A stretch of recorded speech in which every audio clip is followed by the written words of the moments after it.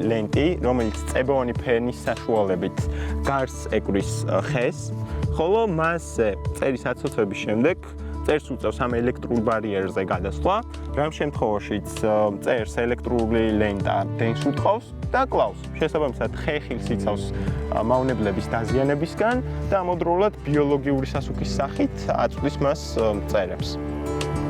18 წლის საბა მანიჟაშვილი გურჯაანის რაიონის სოფელ ჭანდარში ცხოვრობს. ოჯახს ეზოში პატარა ხეხილის ბაღი აქვს. თავისუფალ დროს ბაღის მოვლაში თავადაც ერთვება. შესაბამისად, ამ სფეროში არსებულ გამოწვევებს კარგად იცნობს.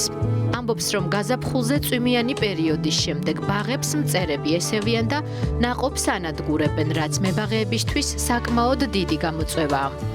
ბევრი კვლევის შემდეგ გაუჩნდა იდეა თანამედროვე ტექნოლოგიების გამოყენებით შეექმნა მოწყობილობა, რომელიც ამ პრობლემას მოაგვარებდა. მუხტას ახლანდელი მოწყობილობა ფერმერს შესაძლებლობას აძლევს ჩაანაცვლოს ისეთი ტრადიციული მიდგომები, როგორებიცაა კიდის გამოყენება და ამავდროულად უნაცვლებს შხამქიმიკატებს. რადგან როგორც მოგეხსენებათ, ყოველივე ამ პროდუქტის გამოყენება საკმაოდ დიდი რესურსი სჭირდება და წვიმის, ქარის და მტვერის შემდეგ ფერმერს უწევს ხელახლა გააკეთოს ეს პროცესი, რაც თავისთავად დიდ ძალისხმევასთან და ფინანსურ რესურსთან არის დაკავშირებული. და სასუქის ფუნქციას როგორ შეასრულებს? კი, მას შემდეგ, როდესაც ელექტრული ლენტის ბარიერზე მოხდება მწერი ნიადაგიდან, იგი კვდება და ვარდება ძირს. რა დროსაც მცენარე ღებულობს ბიოლოგიურ სასუქს, რაც ალბათ დამეთანხმებით, რომ საკმაოდ გავრცელებული მეთოდია მებაღეობაში და დღეისობით თავისთავად მებაღეებიც იყენებენ ამ მიდგომას, თუმცა მათ უწევთ შეიძინონ ეს სასუქი.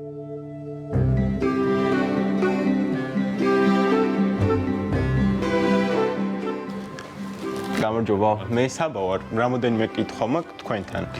ხეხილის დასაცავად მაინტერესებს რა სახის შხამქიმიკატებს იყენებენ, ძირითადად მცოცავი მწერების წინააღმდეგ.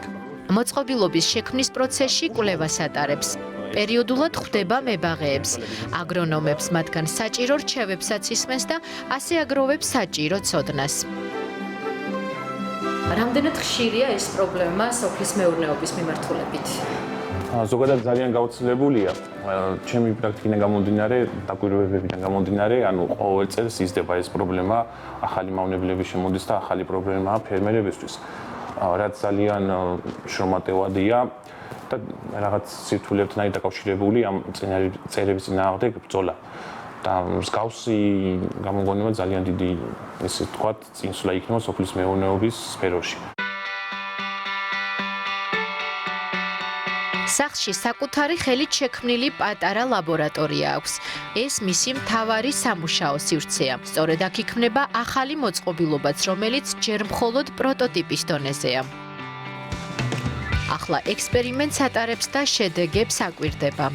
წერები, რომელსაც ვათავსებ ელექტრულ ლენტზე და დაკვირვებების და კვლევების შედეგად ვხედავ თუ როგორ ებრძვის მოწყობილობა მწერებს. შესაბამისად, ვინიშნავ ამ ყველაფერს და შემდეგში კიდევ უფრო მაქსიმალურად ვცდილობ, რომ ეს პროცესი გავაუმჯობესო. წარმომიდგენია, რომ მუხტეს მოწყობილობა ძალიან ბევრ ფერმერს მოუგვარებს პრობლემას. შესაბამისად, ვფიქრობ, რომ მომავალში ძალიან ბევრი გამოიყენებს ამას და ასევე ჩემს წვლილს შევიტან აგროტექნოლოგიებში, რადგანაც სწორედ ახლა ვითარდება ეს მიმართულება. შემდეგ ნაბიჯად სოფლის მეურნეობის სააგენტოსთან თანამშრომლობას განიხილავს. აგრონომებისა და დარგის სპეციალისტებისაგან რეკომენდაციების მიღებას სურს, რომ დაგროვილი გამოცდილება მოწყობილობის დასრულებამდე გამოიყენოს.